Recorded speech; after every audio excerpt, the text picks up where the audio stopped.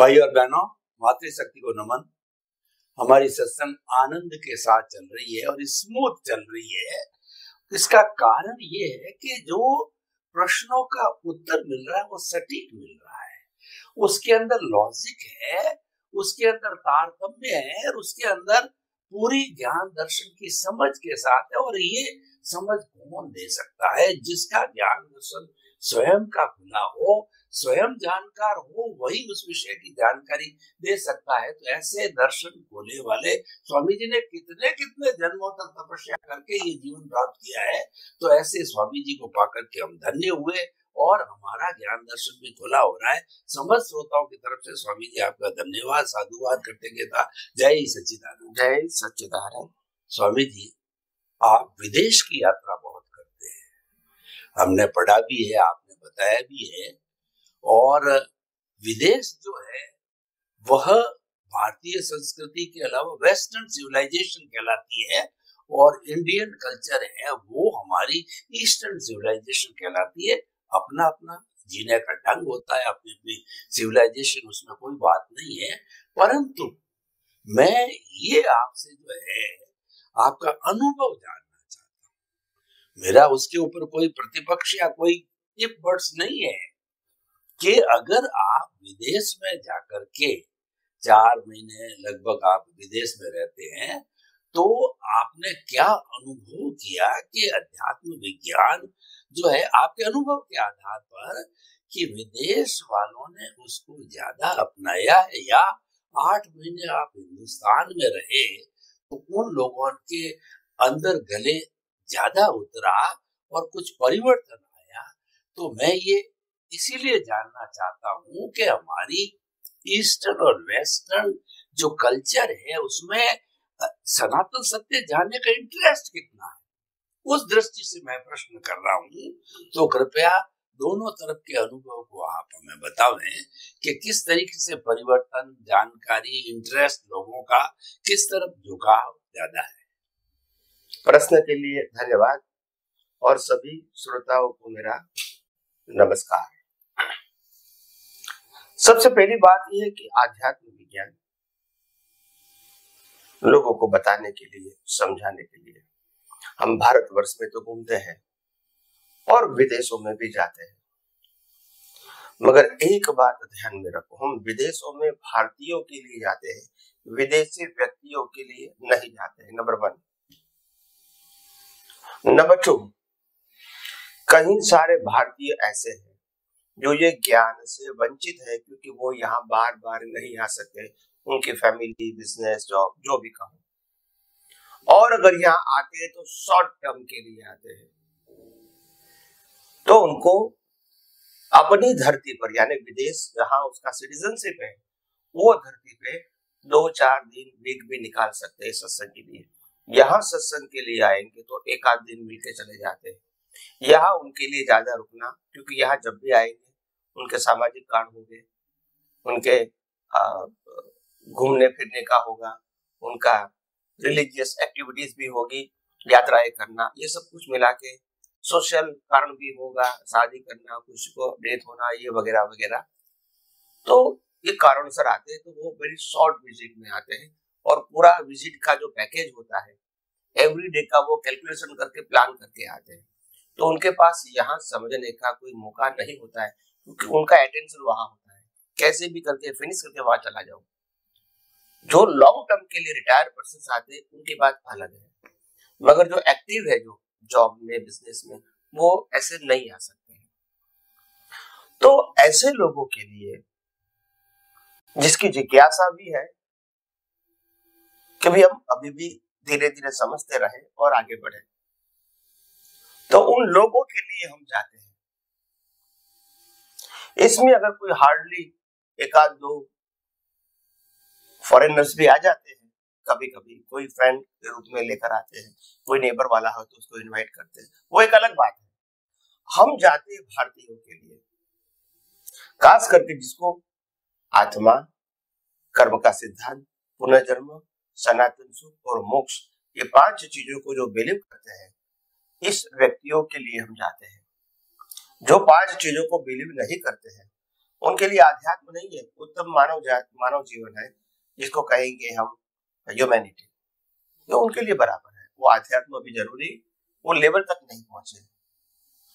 तो मेरा कहने का मतलब ये है कि विदेशों में जाते हैं, आपने कहा कि वहां का क्या अनुभव है और क्या लोगों को इतना लाभ मिलता है। तो देखो, बात यह है कि भारतवर्ष के अंदर सबसे पहली बात धार्मिक, आध्यात्मिक और सामाजिक माहौल जो है वो माहौल वहां नहीं है। वह सामाजिक माहौल भी नहीं है, वहां धार्मिक माहौल भी नहीं है, वहां आध्यात्मिक माहौल भी नहीं है, बनाना पड़ता है। और जैसे जैसे मंदिर बनते हैं, संस्थाएं बनती है, समुदाय बनता है, और धीरे धीरे ये माहौल बना रहे हैं। यहाँ तो माहौल है ही, यहाँ सामाजिक परिस्थिति ऐसी है कि एक दूसरे को देख के भी व्यक्ति रिस्ट्रिक्ट हो जाती है कि ऐसा हम नहीं कर सकते हैं। वहां ऐसा नहीं है। धार्मिक, घर के बाहर निकलोगे तो ही मंदिर रहेगा, सोसाइटी के अंदर, सोसाइटी के बाहर। तो ये माहौल यहाँ है, और लोगों को जाने का मन भी होता है क्योंकि माहौल है। और नहीं जाएंगे तो लोग भी कहेंगे मंदिर में नहीं आते। वो तो हम तो करना चाहिए ना, ये कोई बड़ी बात तो नहीं है। We are the Hindus, okay. तो ये कल्चर है यहाँ। और अध्यात्म की बातें तो महापुरुषों के माध्यम से, किताबों के माध्यम से लोगों को समझ में आता है कि मैं आत्मा हूँ, मोक्ष है, कर्म का सिद्धांत, पुनर्जन्म, ये सब कुछ जारी भाषा में भी लोग जानते हैं, मानते हैं, बिलीव करते हैं, भले डीप में नहीं गए। मतलब ये माहौल यहाँ है, और इसलिए यहाँ के लोगों को ये ज्ञान मिलता है तो प्रगति ज्यादा कर सकते हैं। मगर वहां के लोगों के पास माहौल नहीं है। मगर आप जो बात बताते हैं वो समझने के लिए उनके पास समय जरूर है, क्योंकि हमारे जैसा डिस्टर्बेंस वहां सोशल, रिलीजियस नहीं है। आप समझे? आदमी जॉब करेगा, घर पे आएगा, फिर शांति, no social, no religious, except वो सैटरडे संडे जाएगा तब। 5 दिन का तो रूटीन लाइफ होता है। क्या होता है? रूटीन। तो 8 घंटा काम, घर पे आए, खाना खा के देखो, 1-2 घंटा दे सकते हैं अगर इंटरेस्ट है तो आध्यात्म में। यहाँ ऐसा पॉसिबल है? यहाँ हर व्यक्तियों की लाइफ सामाजिक और धार्मिक इतनी बिजी हो जाती है, सामाजिक, धार्मिक, कॉमर्शियल कहो, जॉब इतनी बिजी हो जाती है कि घर में आके भी टाइम निकालना आध्यात्म के बारे में सबके बस की बात नहीं है। इतना वो सोशल में बिजी हो जाते हैं। तो प्लस माइनस पॉइंट है, हम तो प्रयास करते हैं। क्या करते हैं? हमारा कोई दावा नहीं है कि हम वहां देंगे, यहाँ देंगे। हमारा प्रयास है जहां भी जो लोग आध्यात्म विज्ञान को समझने का चाहते हैं, हम अगर वहां जाते हैं तो हमारे लिए अच्छा है, क्योंकि हमारी भावना भी ये है कि विज्ञान विश्व में फैले। यही हमारी भावना है, और इसलिए ये भावना के मुताबिक हमने जीवन में 1000 साइंटिस्ट बनाने का भी सोचा है। इसके ऊपर काम हो रहा है। अभी 250 तो बन चुके हैं सर्टिफाइड, और वो सत्संग भी कर रहे हैं जूम के ऊपर, सब अलग अलग। और अभी 50 पाइपलाइन में है, जो 1 महीने के बाद वो भी साइंटिस्ट बन जाएंगे। ऐसा 1000 करने का मेरा इरादा है, और कुदरत ने चाहा तो हो जाएगा। फिर हजारों साइंटिस्ट साइंस की बात करते रहते हैं, और धीरे धीरे उनकी परंपरा भी चलती रहेगी। ये मेरा मकसद है। तो मेरी भावना, मेरा प्रयास, ये सब कुछ होता है, और कुदरत ने इस भावना को रूपक में लाने के लिए दिए हुए संजोग, इसको भी हम मानते हैं। बिना कुदरत की हेल्प हम कुछ नहीं कर सकते। इसीलिए मैं करता हूँ, वो अहंकार से बोलना तो ठीक नहीं है, मगर कुदरत ने मेरे को ये रोल दिया है, और रोल के मुताबिक संजोग भी दिए है। तो इसीलिए बहुत बड़ी बात है। तो देश में विदेश में जाने का मकसद हमारा कोई भौतिकता को एंजॉय करना वो नहीं है। हम वहां भी मंदिरों में जाते हैं, हर धर्म के मंदिर में जाते हैं, नेचुरल एनवायरनमेंट में घूमते भी हैं, समय मिलता है तो साइट सीइंग पे भी जाते हैं, ऐसा नहीं कि नहीं जाते हैं। मगर मूल मकसद होता है कि कैसे भी करके लोगों के साथ जुड़ के आध्यात्मिक विज्ञान को पेश करें, क्योंकि बहुत अंतर रखेंगे तो फिर बात करेंगे नहीं लोग। तो जुड़ जाना चाहिए उनके जीवन में। तो शायद उसको सामाजिक प्रश्न होता है और कोई डिफिकल्टी आती है तो भी हम गाइड करते हैं आध्यात्म के अलावा, क्योंकि तभी तो नदी क्या आएगी, नहीं तो कौन सुनेगा फिर। तो इसीलिए जब जब आपको वो आध्यात्म विज्ञान फॉलो करता है तो इसको कोई सामाजिक प्रश्न आएगा तो आपके पास ही आएगा, और किसके पास से आएगा, क्योंकि वो आपको बिलीव करता है, आपके ऊपर ट्रस्ट रखता है, क्योंकि आपका जो गाइडेंस होगा वो हमारे लिए सर पे है। तो इसीलिए सामाजिक धार्मिक प्रश्नों के लिए भी हम जुड़ते हैं, प्रत्यक्ष परोक्ष फोन या व्हाट्सएप के माध्यम से उत्तर भी देते हैं, बात भी करते हैं। मिलने का तो साल में एक ही बार होता है, सभी व्यक्तियों को सभी सेंटर पे एक ही बार मिलता हो। कोई व्यक्ति अपने आप समय निकाल के दूसरे सेंटर पे आ जाती है, वो एक अलग बात है। हम हर सेंटर पे साल में एक ही बार जाते हैं विदेश में, और भारतवर्ष में 2-3 जगह छोड़ के, जैसे अहमदाबाद है, बड़ौदा है और बंबई है, ये 2-3 जगह, सूरत है, ये 2-3-4 जगह छोड़ के हर जगह पे जाते हैं भारतवर्ष में भी, नॉर्थ साउथ ईस्ट वेस्ट, वो एक ही बार जाते हैं, क्योंकि इतना समय भी नहीं मिलता है। तो इसीलिए जहां तक कुदरत की हेल्प है और जहां तक स्वास्थ्य अच्छा है और जहां तक जब सुविधा चाहिए वो मिलती रहती है, वहां तक काम होता रहेगा। और आखिर स्विच तो कुदरत के हाथ में है, हम तो भाव कर सकते हैं, संजोग देने वाले बनाने वाले वही है और मिटाने वाले भी वही है। तो हम तो एक इंस्ट्रूमेंट के रूप में काम करते हैं, हमारी भावना के मुताबिक कुदरत ने संजोग दिया है, और संजोग में जो कुछ पैकेज होगा वो धीरे धीरे खत्म हो रहा है। तो इसीलिए हमने देखा कि विदेशों में भी बहुत सारे लोग इंटरेस्टेड है, जो विज्ञान में डीप में जाना चाहते हैं, प्रश्न भी करते हैं, फोन भी करते हैं, मैसेज भी रखते हैं, और कई सारे थिंकर ऐसे भी होते हैं जो इसमें ज्यादा अध्ययन करते हैं। तो अच्छी बात है। तो हमारा तो नम्र प्रयास है बस, और समय और संजोग के अधीन ये काल में हम आर्य अनार्य करते रहेंगे तो ये ठीक नहीं है। एक जमाना था, उस जमाने में क्योंकि अनार्य में कुछ था ही नहीं और नहीं हम लोग जाते थे, तो उस जमाने की बात अलग थी कि जब अनार्य प्रदेश में कुछ संस्कृति ही नहीं थी तो वहां जाने का कोई मतलब नहीं था। अभी तो आर्य लोग ही अनार्य में चले गए, तो फिर इसीलिए वहां माहौल बन गया कि आप वहां जाके भी उनको बता सकते हैं, एनआरआई बन गए। हाँ, तो इंटेंशन वही है। तो इसीलिए उस जमाने में जो आर्य अनार्य प्रदेश की बात, बाउंड्री की बात थी, समंदर की थे ही नहीं थी लोग। तो हाँ, तो एक परिस्थिति आती है, आज परिस्थिति अलग है। एनीवे, तो इसीलिए हम विदेशों में जाते हैं कुदरत के सहयोग से और लोगों के सपोर्ट से, और काम होता रहता है, और हम आगे भी करते रहेंगे जहां तक कुदरत हमको साथ देगी। यही हमारी तो अच्छी स्वामी जी, आपका बहुत बहुत धन्यवाद। भारत और भारतीयतर यानी कि बाहर जो है आपने डिफरेंस बताया, वो खाली जानने की दृष्टि से मैंने पूछा था। वहां के लोगों को आप माहौल बनाने के लिए जाते हैं, भारतीय लोगों के साथ में आपका इंटरेक्शन होता, क्योंकि वो उन लोगों का ऐसा माहौल मिलता नहीं, उनमें नेचुरल है।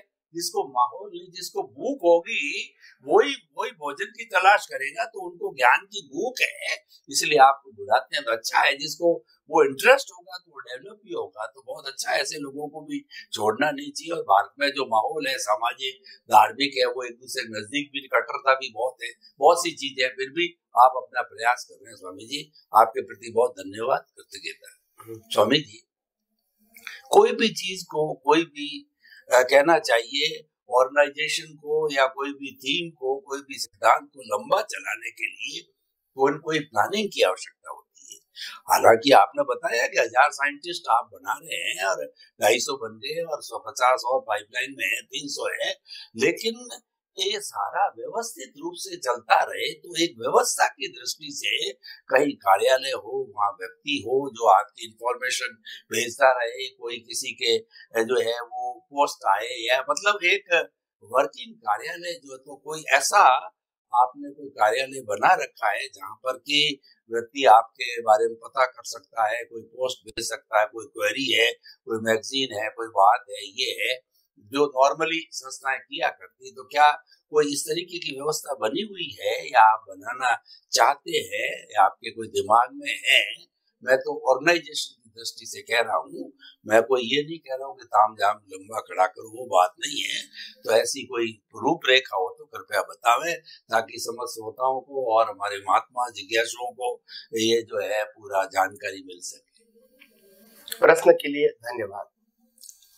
सबसे बड़ी बात यह है कि कोई फिजिकल व्यवस्था कहेंगे, मकान संस्था, ऐसा तो नहीं बनाया है और सोचा भी नहीं है अभी तो, मगर ट्रस्ट जरूर बनाया है, ऑर्गेनाइजेशन यहाँ भी बनाया है, विदेशों में भी बनाया है ट्रस्ट, जिसके माध्यम से फंड आता है और काम होता रहता है, इनको भी उसका बेनिफिट मिले। तो मेन चीज ये है कि ये तो है, इसके अलावा टीवी में भी आता है एवरीडे, और टीवी में भी बहुत सारी इंफॉर्मेशन होती है कि कौन से कंट्री में कहां से आपको इंफॉर्मेशन मिलेगी। उसका नंबर भी होता है, ईमेल भी होता है, नाम, नंबर और ईमेल, हर देश का, विदेश के हर मुख्य सेंटर के ऊपर। इसके अलावा हम चाहेंगे कि इसके अलावा भी किताब है, इसके माध्यम से भी लोगों को इंफॉर्मेशन मिलती है, उसमें भी इंफॉर्मेशन दिया गया है कि आपको फर्दर कहां से मिलेगा। इसके अलावा YouTube के अंदर हमारा एक अकाउंट है, चैनल, जिसमें सब्सक्राइब करके सभी इंफॉर्मेशन आप प्राप्त कर सकते हैं। इट्स फ्री ऑफ कॉस्ट, और एवरीडे आपको एपिसोड भी मिलेगा और स्वामी जी की सब इंफॉर्मेशन मिलेंगी, स्वामी जी कहाँ है कहाँ नहीं, ये भी आपको मिलता रहेगा। और स्वामी जी का जो प्रोग्राम होता है, जैसे जूम के ऊपर होता है, उनकी इंफॉर्मेशन भी मिलेगी, जिसमें आईडी और पासवर्ड मिल जाएगा, ताकि आप घर बैठे कनेक्ट हो सकते हैं। और तो व्हाट्सएप के माध्यम से भी इंफॉर्मेशन जाती है, यूट्यूब के माध्यम से भी इंफॉर्मेशन जाती है, किताब में के माध्यम से भी जाती है, टीवी के माध्यम से जाती है, और प्रत्यक्ष रूप से हम जाते हैं वैसे भी जाती है।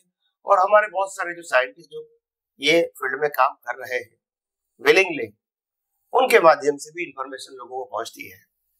और दूसरी बात, हमारे जितने भी सत्संग होते हैं, चाहे टीवी के सत्संग है, चाहे रेगुलर 2 घंटे के सत्संग है, चाहे क्लिप बनती है 2, 5, 10 मिनट की, सभी में फ्रंट और बैक का जो पार्ट है वो कॉमन होता है, जिसमें सब फ्रंट में थीम है हमारी, क्या अध्यात्म विज्ञान क्या है 1 मिनट की, और लास्ट में है ये इंफॉर्मेशन की, ये एपिसोड के बाद ज्यादा इंफॉर्मेशन कहां से मिलेगी, कॉन्टेक्ट बॉक्स या कॉन्टेक्ट में नाम, mobile number and email address, ये सब वहां होता है। तो इतना, और किसी को डोनेशन देना है तो ट्रस्ट भी है, ट्रस्ट की इंफॉर्मेशन भी साल में 3-4 बार पब्लिश किया जाता है कि आप अमेरिका में रहते तो आप इस प्रकार से डोनेट कर सकते हैं, लंदन में रहते तो इसे, इंडिया में रहते तो ऐसे, घर पे बैठे ही कर सकते हैं, इंटरनेट से भी कर सकते हैं, आपको आने जाने की जरूरत नहीं है। तो ये सब कुछ होता रहता है, और ये तो परिस्थितियों के अधीन बनता रहता है, लोग सेवा देते हैं और काम चलता रहता है। या कोई संस्था, एम्प्लॉय ऐसा कुछ है नहीं, स्वयंभू काम चलता रहता है, लोग अपनी अपनी सेवा देते हैं, काम चलता रहता है। और जहाँ जरूरी है पैसा का, जैसे कि अरिहंत चैनल है, किताबों का छपना है, ट्रांसपोर्टेशन है, इसका खर्चा के लिए लोग अपने आप सहयोग करते हैं और काम होता रहता है, किताब भी, तो ये सब होता रहता है, वो कोई डिफिकल्ट बात नहीं है। आप जब, मैं ऐसा मानता हूँ, जब आप एक काम के लिए समर्पित हो जाते हैं, और ये काम खास करके ये तो कुदरत का काम है, हमारा काम नहीं है, हम उनका ही on behalf of the nature काम कर रहे हैं, कुदरत की व्यवस्था बताने के लिए, तो सब कुछ होता रहता है, हेल्प होती रहती है, काम चलता रहता है, एंड विदाउट टेंशन। इतना बड़ा कारोबार है, लोग 10, 12, 13 लाख लोग एवरीडे सुनते हैं तो भी कोई टेंशन नहीं है, हजारों वीडियो लोग हर रोज देखते हैं तो भी कोई टेंशन नहीं है, किसी को भी नहीं है, क्योंकि ये सहज हो रहा है। हमको बहुत बढ़ाना है, कम करना है, संख्या इकट्ठी करनी है, ये सब्जेक्ट नहीं है। लोगों का विज्ञान पहुंचे, किसी के माध्यम से पहुंचे, ऐसा नहीं कि मैं ही पहुंचाऊं। तो इसीलिए सब कुछ चलता रहता है, और मालिक की तो कुदरत की ही रहेगी। तो आइए हम सब आगे भी बात करते रहेंगे। स्वामी जी, आपका बहुत बहुत धन्यवाद। आपने सारा व्यवस्था पक्ष रखा कि जो है इसको जो है अभी धीरे धीरे ये प्रोग्रेसिव हो रही है, लेकिन मूल में जो आपकी इच्छा है, जो हृदय की भावना है कि ये सनातन सत्य अध्यात्म विज्ञान जो मुक्ति का मार्ग है, ये जन जन तक पहुंचना चाहिए, हर व्यक्ति तक पहुंचना चाहिए। मैं तो ये चाह रहा हूँ, जो आपको मैंने स्टडी किया है, आप चाहते हैं कि पूरे 7.8 अरब की जनसंख्या उसको समझे, क्योंकि इसमें कोई पालन का कोई व्रत या कोई लिमिटेशन कुछ भी नहीं है, तो समझ का है, ये तो दृष्टि का है, दृष्टि में लेने का है। ये सबसे बड़ी विशेषता आपके सनातन सत्य के अंदर मिली कि ये दृष्टि विज्ञान है। तो अब क्योंकि समय की अल्पता को देखते हुए, समय की संपन्नता को देखते हुए, आपने जो कुछ अपने मुखारबिंद से बताया उसके प्रति कृतज्ञता। जय सच्चिदानंद। जय सच्चिदानंद।